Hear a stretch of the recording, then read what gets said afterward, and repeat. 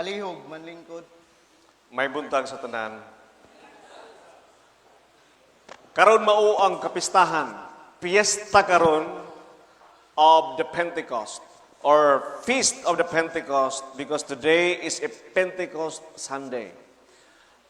Ang usa sa pinakabago nga kalendaryo sa Christian calendar sa ang season or the Feast of the Pentecost. Tungod kay ato lang sa ulugon ang Pentecost karon nga Domingo. Then by Monday and onward, we'll be celebrating the ordinary time. But next Sunday, na ay mga feast gihapon nga ato i-celebrate. So, we are called to witness about Jesus through the Holy Spirit. Mauna atong tema ni ini nga Domingo, kitang tanan gitawag para mahimong mga saksi. Ni Ginoong Jesus, pinaagi sa balaang espiritu. Since karon nga fiesta, mauusab kini ang kapistahan maigsoon sa pagkahimugso sa simbahan. Today, we are celebrating the birthday of the church. So, supposedly mo ingon ta, happy birthday church. No? 33 AD, in the upper room in Jerusalem, nikunsad ang balaang espiritu sa 12 katinunan o sa iyang mga disciples, the apostles and the disciples of Jesus. And the Bible says, Peter preached to 3,000 people. O ang 3,000 ka mga tao nga naminaw, nadugang sa mga katilingban nga Kristohanon. Today, we gather not only to celebrate the descent of the Holy Spirit, but also to celebrate the birth of the church. Ang church, unsa man ni simbahan? Ikaw o ako, simbahan. Akit ang building, simbahan man eh. But what is church? Church is a Greek word, Griego nga pinulungan, nga ang kahulugan niini, or ang word niini is ecclesia. Literally means called out ones.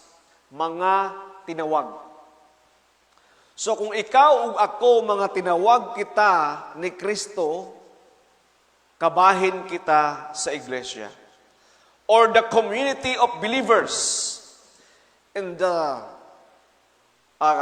sensorial kaning school of thought sa sensorial seminary namo. It is also called as the summons or being summoned. Ang church, ang iglesia kuno maotong gipangsumunan. Mas bugat, no? Kung ikaw sumunan ka sa barangay, kung gahi-gahi ka, apo ni radi ka manha. Pero kung ang korte na gali, magsumo nimo, you are being subpoena, dos istikom ad testificandum, or you are summoned by the court of law, kinahanglan agtual gid mo. Kay pwede ka i-contempt for not respecting the court. Ang police department nato pwede ba sila maghatag og invitation, no? Invitation. Mas kuyawan ka sa police, i-invite ka kay sa barangay, kay ganung barangay si kapitan, mura man ang silingan. Pero ang police naagi dito mo mediate. So, kita, ikaw o ako, we are being summoned. And God is not pleased if you decline or you disrespect the one who sent us or who sent the summon. Mainsulto ang Diyos kung dili nato balibalhyon ang iyang summon. Gisumunan ganita, di ba? Naiuban first summon. Napoy second summon, di ba? Murag first demand later. Na second demand. Pag third demand, wala sa korte na mo magkita. Kaya it is a ground for escalation. Pwede rin mo escalate ngadto sa higher authority if you decline the summon. But God is not a God with an iron fist. Dili man Ginoo sama sa uban nga kaning batas puthaw ba ang iyang kinumo. Mamun ang kasing-kasing sa Ginoo. Mao bitaw nga daghan mga Kristohanon mag-abusar, di ba? Gugma bitaw ang Dios. O dili man na manira ang simbahan yun. Kaya nga naman, naman sila tulubagon sa Dios nga ang church must open your arm wide to God's children. Tungod kay ang premise ni ana, walay ni bisan isa nga dinidool ni Kristo nga iyang gibalibaran. Kita mo? Nakabasa mo Bible nga ingon si Kristo ayaw dili ko nimo mo kuan. Dili ta kaayuhon o dili ka welcome kay dili ka dato o dili ka hitsuraan, dili ka gwapa, di ka gwapo. Nag-ala ba si Kristo? Wala, di ba? Si Kristo ni bisan isa walay gibalibaran mo na ngong kamo, mosulod mo sa simbahan, bisan pag on time or late, dili manira ang simbahan og dili mo yamiran og dili mo balibaran.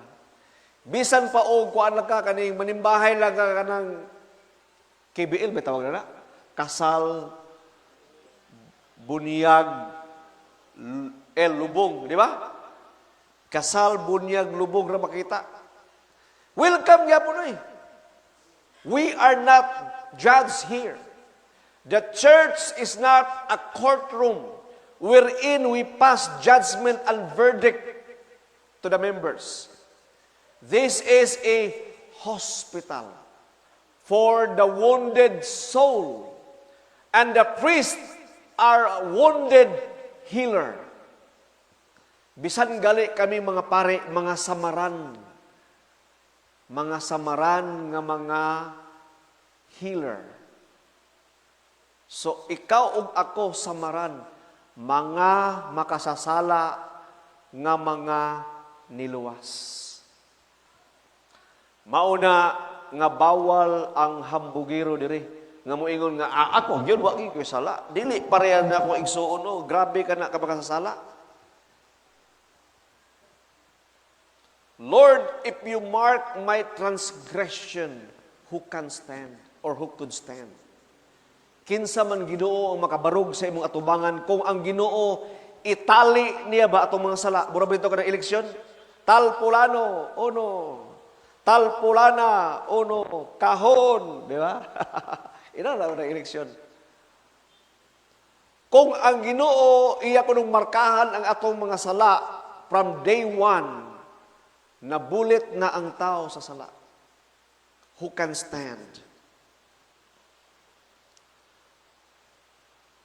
The ecclesia, we are called out assembly of God's people, born not of flesh, but of the Spirit and fire.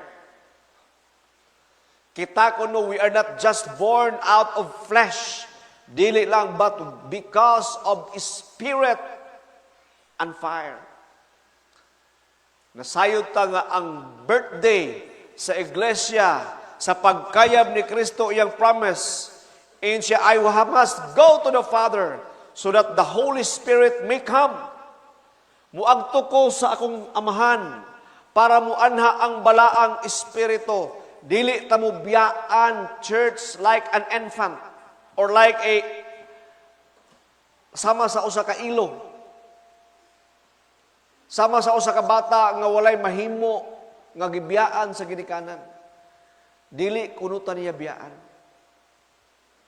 That is why the Holy Spirit came. Og nitugdon ang balaang espiritu sama sa dila sa kalayo mo na nga we are wearing red color. Tanawon na atong banner red, di ba? Like a tongue of fire. Kita mo dito? And this one also. Og tanawon yung mga dance, mga ministers, we are wearing this red color. This symbolizes the Holy Spirit and the fire of the Holy Spirit. Si San Pedro, sa dihang gilansang siya si Jesus gilansang sa cross, nidagan silang tanan mga disciples. Tama?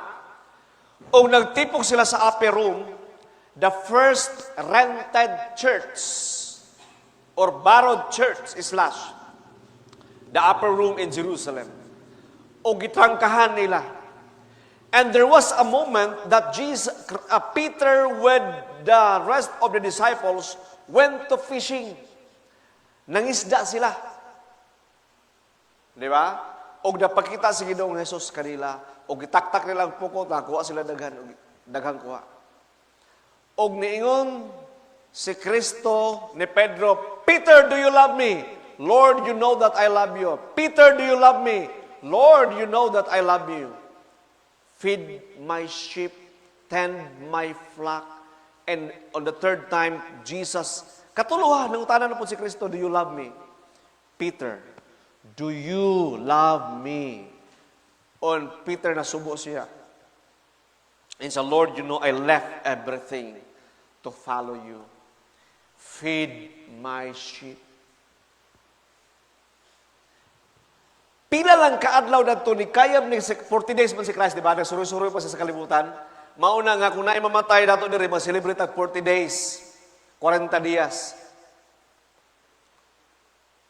Tungod kay ato lang giawat nga pattern, pero wala na pasabot in the theology, sa Christian theology, walay proof nga ang departed loved ones, ang ilang soul, nagsuroy-suroy pa sa kalibutan, nagpakita na apparition, wala.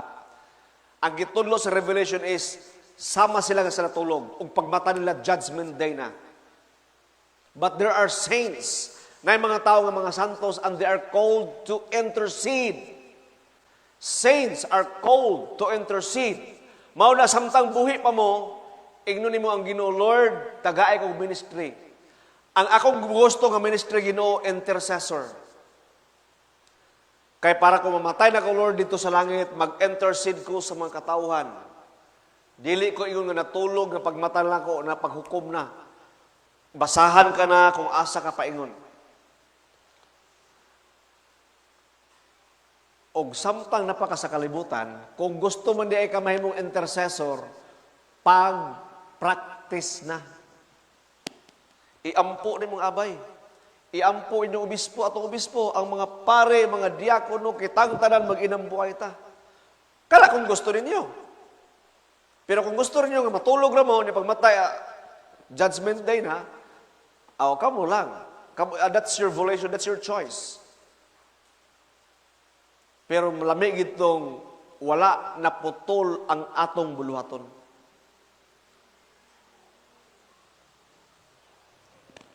Saint John Chrysostom, nag-ingon siya, Father of the Church, saw Pentecost as the restoration of what was lost at Babel. Through the Spirit, tongues were divided at Babel, but on Pentecost, through the Spirit, the tongue were united in understanding. Kung nakadumdum mo sa account sa Genesis, niingon ang mga tao nga magtukod ta og taas kayo nga turi that reaches to the heaven, so that we will not be scattered to many nations. Kay para makita nila ang tower, ato ang tower, so dili sila mapapag, bahimong landmark. Og nakita sa Dios nga nagkahiusa ang mga tao. But they were doing that without God. Wala nila ilha ang Dios, kundi because of their pride as they were, ilang gitukod ang Babel. And the Spirit of God came down to confuse them, para dili sila magkasinabtanay, aron dili matuman ang ilang plano, tungod kay ang ilang plano was out of pride.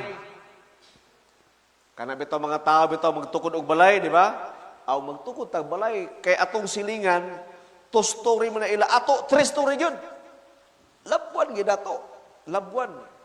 Kada ilang balay way pintal, dapat atong balay na pintal, unya ilang balay kahoy ato tiles. Usahay, masubraan sa tiles, mura na pansyon. Kita kang balay nga po tiles, mura na pansyon, hinuunoy. Pride. We want to build walls instead of bridges. Gusto na ito tag-as kaya itong mga kural. Kaya di taganahan sa itong mga silingan. Walls. We want to separate and to isolate because we think that we are special people. Ang dili ta makigduol sa itong silingan kay mga iw na sila. Mga patay gutom. Mga maningon. Di ba? God confused them. The Holy Spirit came down from heaven to confuse their tongue.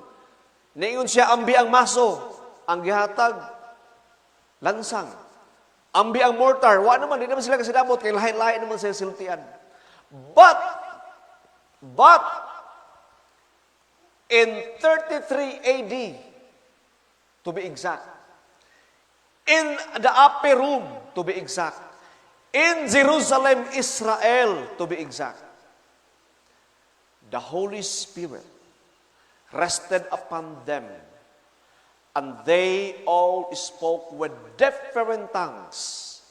They speak in tongues. Pero ang ilang speaking in tongues, makasabot ang mga tao. And the reason of their speaking in tongues was to unite people from every tribe, from every nation, tungkol kay niadtong panahon na ay mga dumuduong, lain-lain nga mga rasa sa tibuok kalibutan nagtapok sa Jerusalem. And they were amazed. Why? Because if this guy is from Philippi, kaning tao from Spain, kaning tao from France, ang taga-Judea, ang taga-Galilee, nag-istorya sa ilang pinulungan. That is why, kung ang atong speaking in tongues is just a display of our holiness, forget it. Kung ang atong pag-istorya o speaking in tongues para lang ma-impress atong abay, kay balaan kayo ta, we want to display and showcase.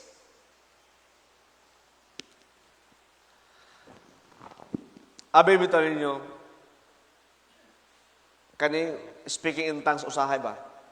Ako, this my personal personal ni. Ako careful kayo ko kung kinsa naglay hands nato. Labi na to sa unang panahon ng mga nigra dire. I'm sorry for my term, the word. Black Americans from Africa. Black Americans. American naman sila, kadit lang sila sa Africa. Americans. Live. Okay. Basim kayong racist ni si Padre Rasol. Diri kada niya kang siminto yun niya, i-trust mo nila sa una, pandungan mo sa kamot, unya, magkatawaha na yung laping spirit, ala, ligid-ligid niya, ligid-ligid dito, tumbling-tumbling. Di pa na maong feel na to, kahoy pa to sa unang lubi. And one of the exorcism, the demon confess, ang demonyo ba, iyawa, nag-confess that he likes speaking in tongues because nobody understands it. No one can interpret what that person is saying. He likes it. Huwag mag-unayon dito speaking in tongues, but let us be very careful kung kinsa ang nag-trash ni mo, kinsa nagpandong ni mo. Kaya sa una, huwag naman ito disiplina. Katawahan na niya, where is God? Diba, nakita ko sa TV. Murag mga paranoid na ba, anaon ng bangko, arasaon, where is God? Anaon, where is God? Where is God? What na? The Spirit is self-control, self-discipline. God is a God of order. How come nga naay disorder, chaos, and division? And the thing is this, muning atake yun. Atake di amor. Ang imong kasing-kasing ang atakihon tungod kay once nga mag-speaking in tongues ka, you think that you are so holy, and you are less holy because some other people are speaking in tongues already. Na mga tao nga na-speak in tongues, nag-goal ka nga, hala, wala pa mo ko na-speak in tongues. Dili man ko, huli, oy. Anton, mag-awat-awat lang po kasi mong kauban. So, the reason of speaking in tongues is to unite people. In fact, dahil usa ka saints. I'll give you one interpretation. Dahil usa ka santos. Nga, daghan kayo in Europe, daghan kayo magduol sa taga-Spain, taga-France, taga-Belgium, lain-lain. Mangayo og advice. Kaya na may confession, nga netabo. O niya, maghatag siya og advice. He was giving a word of advice sa ilang lokal nga lingwa. So kung Espanyol siya, Spanish lang yung ginasulti. But the German people heard their own language. People from France heard their own language. O sa lain-lain nga mga race, mga Italian, mga lain-lain, they heard their own language, where in fact, he was only speaking Spanish. Maigsuon, inana ang speaking in tongues. Mag-istorya lang ka sa imong lingwahe, pero nakasabot. Para ma-unite ang iglesia, dili mag-confuse, dili magbahin-bahin. Ang Tower of Babel, gitungkod to para ma-unite sila, but it was out of rebellion and pride. O nagkatibulaag sila. But the Holy Spirit came, 33 AD, descend to the people of God, sa mga apostoles o sa mga disciples, and katong na-disunite nga Tower of Babel, if you heard the story, na-unite ang iglesia because of the Holy Spirit. Maunta na ang rason na igsuon nga kita dili magkawatak-watak. The church should not be divided. The church is not born to sit still. The church is born to go with zeal and fire. Ang iglesia kuno gipahimugso pinaagi sa balaang espiritu, dili lang para lingkod lang ta, kundi para to go, to preach with zeal, with fire. After Pentecost, Peter stood and preached in Jerusalem. 3,000 were added and were baptized. Peter preached. Si Pedro nga usa ka mananagat, he preached not with fear, but with fire. This fire turned ordinary men into apostles, fishermen into fishers of men, and fear into faith. Sa una si Pedro nga talawan og mahadlokon na himong isog. The Holy Spirit, her mission cannot be stopped. The church is an unstoppable force because the gospel is all about love, and love is unstoppable force.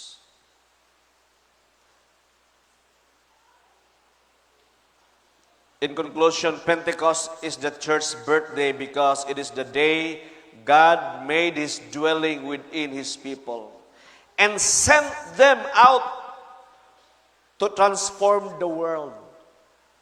Ikaw ug ako being sent out. Ignay mong abay, ikaw gipadala. Asa man ka gipadala? Gipadala ta sa balaang espiritu isip iglesia para pagsangyaw sa maayong balita, to transform the world. Transform what? Unsa ka transformation, Father? Into the image and likeness of God. Para ang mga tao sa tibuok kalibutan mahimong liwat sa Dios. Dili lang sa dagway, kundi akip ang batasan.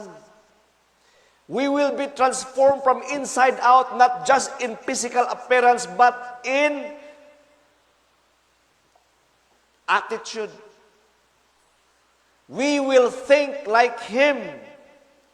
We will reason like Him. We will behave like Him. We will be transformed like Jesus. At this moment, my son, let us whisper, allowing the Holy Spirit to guide us to all truth and say, Holy Spirit, come into my life. Speak in my mind and in my heart. I allow you. Igna sa imong kagalingon, O Holy Spirit, sulod sa akong kinabuhi. Pakig-istorya sa akong hunahuna ug sa akong kasing-kasing. Ikaw akong bitugutan. So once again, happy birthday, church. May the fire that fell from heaven burn in us still. Palihog manindog.